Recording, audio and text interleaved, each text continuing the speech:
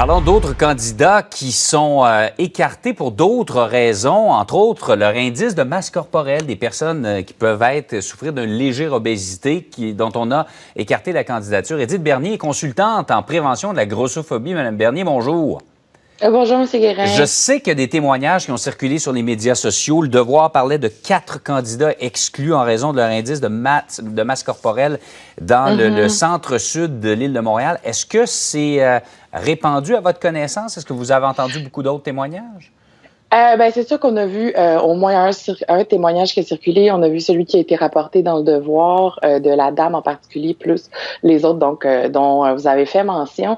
En fait, je pense qu'on ne saura pas nécessairement la portée complète de ça parce qu'il y a beaucoup de gens qui vont se sentir mal à l'aise probablement de divulguer qui ont été refusés à cause de ça, parce qu'ils vaux dire je vaux pas la peine, je suis pas un bon candidat tout simplement à cause de leur poids. Il y a probablement des gens qui sont humiliés par ça et qui ont honte, en fait, d'avoir été refusés à cause de leur indice de masse corporelle. Et l'indice de masse corporelle, qui, on le rappelle, il n'est pas un indicateur de santé et aussi qui ne tient pas compte de la composition corporelle. Donc, 2 personnes, une à côté de l'autre, peuvent avoir le même indice de masse corporelle. Une personne peut être en super santé, bodybuilder, aucun pourcentage de masse grasse, et l'autre personne à côté peut n'avoir aucun muscle. Et les 2 personnes, si elles ont la même grandeur et le même poids, vont avoir le même indice de masse corporelle. Mais vous ne pensez pas que par ces rejets-là, on a voulu protéger les gens qui souffrent, par exemple, d'obésité? On sait qu'ils sont plus à risque, pas d'attraper la COVID-19, mais de développer des complications. Non, parce que ça, c'est quelque chose qui a été dit et qui a été vraiment mal présenté, que les personnes grosses étaient plus à risque d'attraper, alors que c'est faux.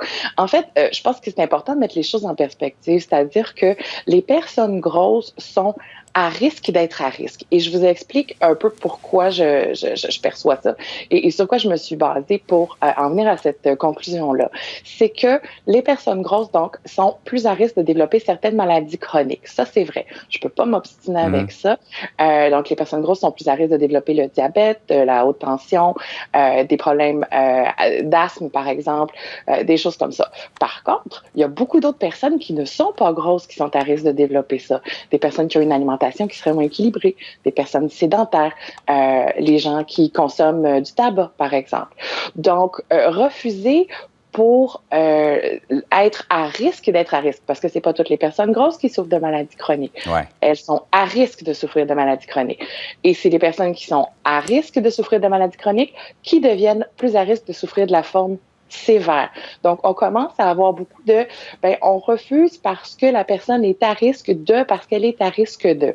À ce moment-là, est-ce qu'on va tester tous les candidats pour toutes les choses dont ils sont à risque d'être à risque? Je pense que c'est peut-être un petit peu facile, dans ce cas-ci, de refuser les candidats à cause de la IMC. Ouais.